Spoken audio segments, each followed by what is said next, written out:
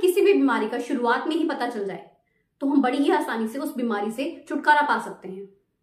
मगर हम गलती क्या करते हैं, हम किसी भी बीमारी के शुरुआती लक्षणों को नजरअंदाज कर देते हैं और इसका एक बहुत बड़ा कारण है हमारा बिजी शेड्यूल का होना। हम समझ ही नहीं पाते कि हम धीरे धीरे धीरे किसी बीमारी का शिकार हो रहे हैं और इसी वजह से वो बीमारी धीरे धीरे अपनी पकड़ को मजबूत कर लेती है और जब तक हमें पता चलता है तब तक कहानी बहुत आगे बढ़ चुकी होती है और कई बार ऐसी नौबत आ जाती है कि इंसान उस बीमारी से बाहर आ भी नहीं पाता। मगर मैं हमेशा बोलती हूं, जहां चाह वहां राह। अगर एक इंसान अपने मन में कुछ भी करने की ठान ले तो वो सब कुछ कर सकता है, वो सब कुछ हासिल कर सकता है। आज इस वीडियो के थ्रू हम बात करेंगे ऐसी ही एक बीमारी के बारे में जो कि बड़ी आम है, जिसे देखो वो उस बीमारी का शिकार है। चाहे वो बच्चा हो, बड़ा हो, जवान हो, सभी उस बीमारी की चपेट में है और उस बीमारी का नाम है ओवर थिंकिंग। क्या है ओवर थिंकिंग करना? हद से ज्यादा सोचना, एक ही बात पर बार बार विचार करते रहना, घंटों करते रहना, ये है ओवर थिंकिंग। कई बार तो लोगों को ये पता ही नहीं चल पाता कि वो इस बीमारी से ग्रसित हैं। जब एक इंसान ओवर थिंकिंग का शिकार होता है ना, तो आप जानते हैं वो क्या करता है। मान लीजिए उसने पिछले घंटे से एक बुक खोली हुई है पढ़ने के लिए, वो पढ़ कुछ नहीं रहा, बस कुछ सोचे जा रहा है। मतलब उसकी सोच इतनी गहरी है ना कि उससे चाहकर भी बाहर नहीं आ पा रहा, उसे होश नहीं है कि बुक खुली हुई है।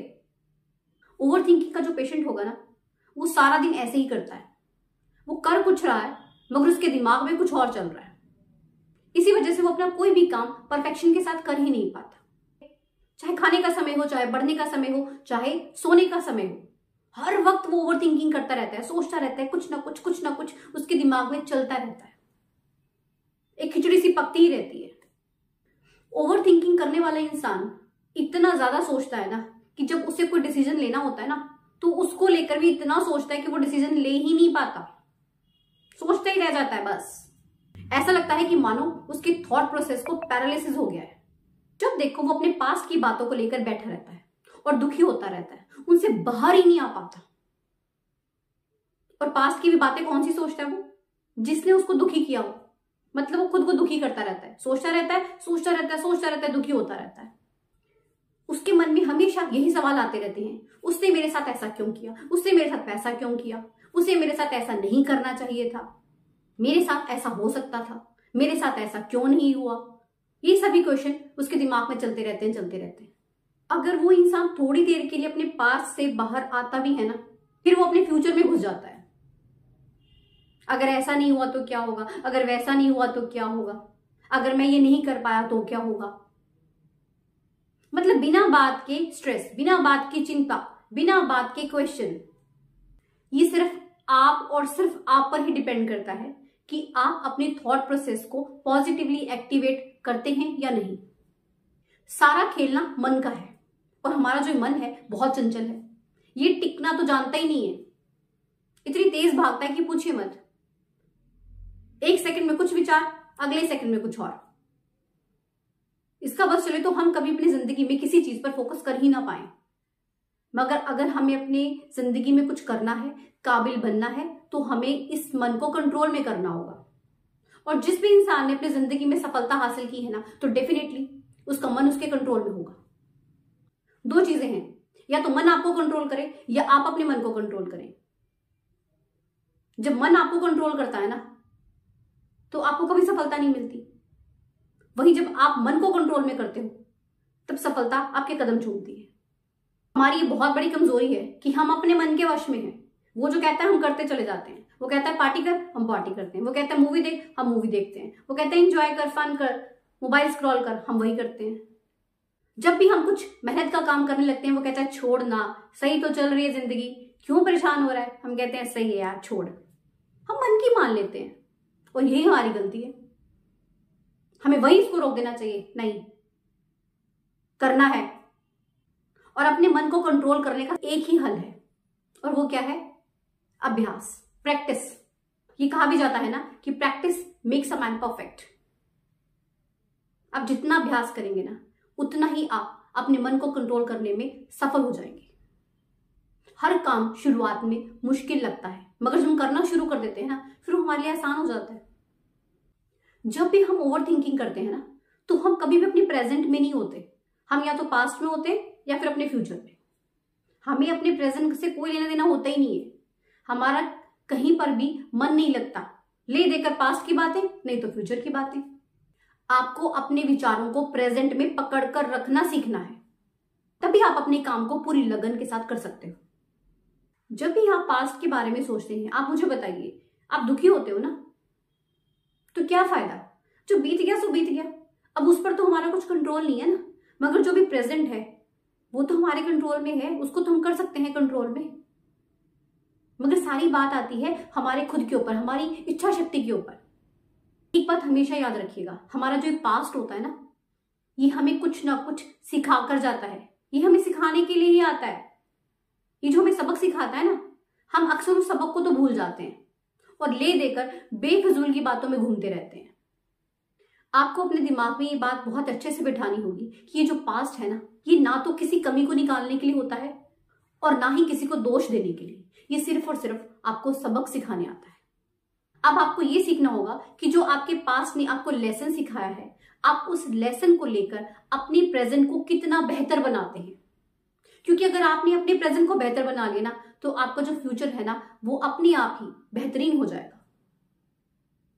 आपको फोकस करना है अपने प्रेजेंट पर। यही वो टाइम है जब आप मेहनत से, पूरी लगन से कुछ भी कर सकते हैं। कुछ भी नामुमकिन नहीं है आपके लिए। बहुत पावर है आपके अंदर, बहुत ताकत है आपके अंदर। आप भूल बैठे हो खुद को। आपको सिर्फ याद है तो पास्ट। आप खुद की क्वालिटीज को भूल चुके हो, खो गए हो आप कहीं पर। आपको खुद को ढूंढना है, खुद की क्वालिटीज को ढूंढना है और उनमें निखार लाना है। जब आप ये पास्ट और फ्यूचर के झमेले को छोड़कर अपने प्रेजेंट पर फोकस करते हो ना, तो डेफिनेटली आप खुलकर और खुश होकर जीना सीख जाते हो। और एक इंसान अगर खुश होकर जीना सीख जाए ना, तो इससे बड़ी बात मुझे नहीं लगता कोई और है। जब आप खुश होते हो ना, तो आप हर काम को एंजॉय करते हो। जब आप ओवर थिंकिंग करते हो ना, तो आप खुद से दूर हो जाते हो। आप भूल जाते हो बिल्कुल ही खुद को। आप अपना वजूद ही खो देते हो। आप ये तक भूल जाते हो कि भगवान ने आपको क्या कुछ दिया है। आपका ध्यान सिर्फ और सिर्फ उन्हीं चीजों पर रहता है जो आपको नहीं मिली। मतलब आप एकदम से नेगेटिव हो जाते हो। मगर जब आप ये ओवर थिंकिंग के जाल को तोड़कर बाहर आते हो ना, तब आपको एहसास होता है कि सचमुच मैं कितना लकी हूं। मेरे पास कितना कुछ तो है भगवान का दिया हुआ। भगवान ने मुझे शरीर दिया है, इसी की वजह से तो मैं सारे काम कर पा रहा हूं। अगर मेरे हाथ ना होते, अगर मेरे पैर ना होते, तो मैं कुछ काम कर ही नहीं सकता था। मैंने अपनी लाइफ में ना एक चीज एक्सपीरियंस की है कि हर इंसान को ग्रेटिट्यूड जरूर शो करना चाहिए। हमें हमेशा आभार व्यक्त करना चाहिए हर चीज के लिए। और जब एक इंसान ग्रेटिट्यूड करता है ना, तो डेफिनेटली वो इस ओवर थिंकिंग की जो बीमारी है ना, इससे भी दूर रहता है। आपको डेली आभार व्यक्त करना है सूरज को, जो हमें रोशनी देता है। हमें रोज आभार व्यक्त करना है चांद को, जो हमें शीतलता सिखाता है। हमें आभार व्यक्त करना है उस भगवान का, जिसने हमें जिंदगी दी है, ये शरीर दिया है। हमें आभार व्यक्त करना है इस प्रकृति का, जिसमें हम खुलकर सांस ले पा रहे हैं। हम ये सब कुछ भूल जाते हैं, हमें कुछ याद नहीं होता। ग्रेटिट्यूड के साथ साथ आप एक चीज और करिएगा, कभी भी खुद को किसी से कम नहीं समझना है। आप अपने आप में यूनिक हैं, आप खुद का बेस्ट वर्जन हैं। जब आप ओवर थिंकिंग करते हो तो आपको सिर्फ अपने अंदर कमियां ही दिखाई देती हैं। आप मुझे बताइए, इस दुनिया में कोई भी इंसान परफेक्ट है? नहीं ना। सब में कोई ना कोई कमी है, कोई ना कोई खूबी भी है। हमें क्या करना है? हमें अपनी खूबी का पता करना है, उसको निखारना है, उसे लेकर आगे बढ़ना है। सो बी कॉन्फिडेंट। आप किसी से कम नहीं है, आप में वो पावर है, आप सब कुछ कर सकते हैं। ना तो अपने पास्ट के बारे में सोचें और ना ही फ्यूचर की चिंता करें। आपको कंसंट्रेट करना है अपने प्रेजेंट पर। अपने प्रेजेंट को खुलकर जियो। आप जब प्रेजेंट में जीना सीख जाओगे ना, तो डेफिनेटली ये जो ओवर थिंकिंग की प्रॉब्लम है ना, ये आपके आसपास फटकेगी भी नहीं। वीडियो अच्छी लगी हो तो इसे ज्यादा से ज्यादा लाइक करें एंड शेयर करें एंड चैनल को सब्सक्राइब जरूर कीजिएगा। मिलते हैं ऐसी एक नई मोटिवेशनल वीडियो के साथ। धन्यवाद।